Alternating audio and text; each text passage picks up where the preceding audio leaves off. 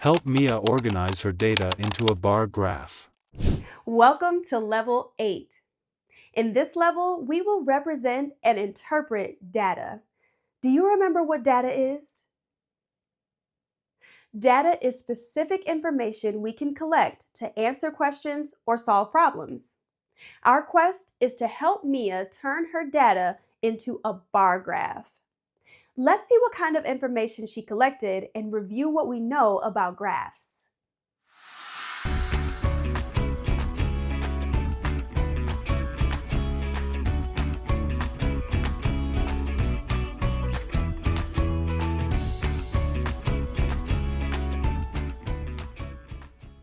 Mia is planning a game night and needs our help.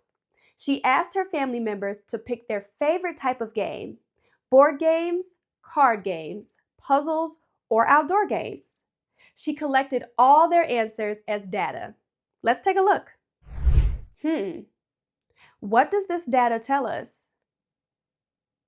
It's a little tricky to tell which games her family liked the best.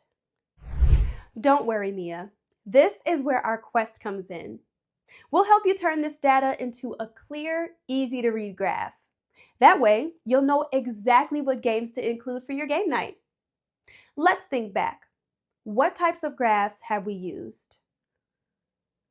I can picture them. There's this kind and this kind. Which one is a bar graph? Yes, this one shows data or information using bars. So what kind of graph is this? It uses pictures or symbols to show the information. Graphs that use pictures are called pictographs. We can use surveys, interviews, or observations to collect data. Surveys are when we ask a group the same question like Mia did. Interviews are when we ask questions one-on-one to get more detailed answers. For example, Mia could interview her family to find out why they chose the game they did. And observations are when we watch carefully and take notes on what we see. I've been collecting data too. Let's practice with some of my data before we help Mia. Try this with me in your guided notes. Last weekend at my family cookout, I did a little observing.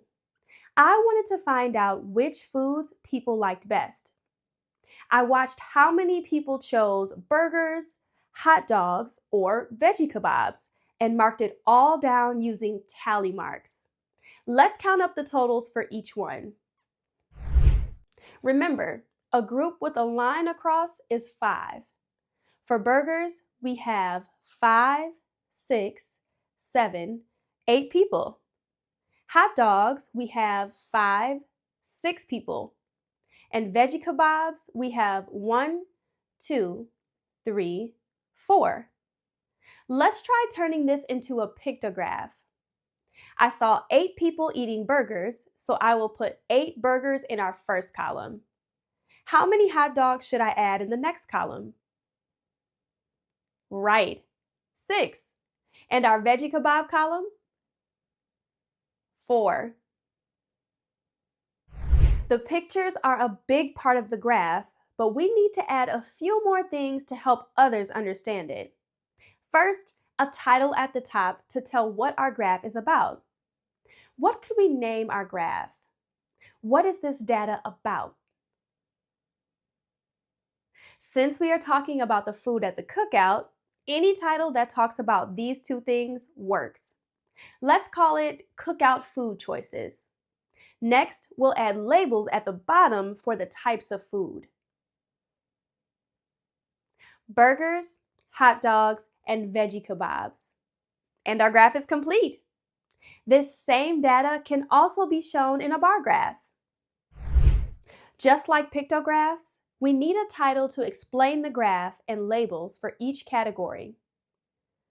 But instead of pictures, we use bars to show how many of something.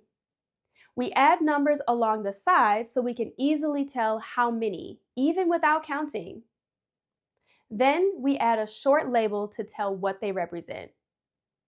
On this graph, the numbers tell us how many people ate each type of food at the cookout. so we'll write the number of people. Each bar matches the number of people. The taller the bar, the more people. Let's color in the bars. 8 boxes for the 8 people who ate burgers, 6 boxes for the 6 people who ate hot dogs, and 4 boxes for the 4 people who ate veggie kebabs. Good work! I want to show you one more set of data. This time, I collected my data using interviews with friends and neighbors. I asked them questions about their favorite summer activities. I found that the most popular summer activities are swimming, biking, going to the park, and going to the beach. 5 people like swimming the most. 2 people like biking. 3 like going to the park, and 5 people like going to the beach. Our first graphs were vertical graphs, which means the pictures and bars went up. But sometimes you'll see horizontal graphs where the information goes across, like this. We used different pictures for each category before, but you can also choose to use the same one. Here I am using smiley faces for each person I interviewed. Pause the video and draw in the smileys for the other categories. Does your graph match mine? Great! What else do we need? Right, a title. What do you think we should call this graph? Let's name this Favorite Summer Activities.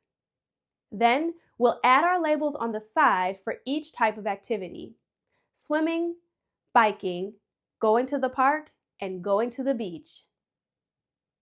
Great, all finished. Now let's make a horizontal bar graph. We'll keep our title the same. This time, our categories will go on the side and our numbers will be on the bottom.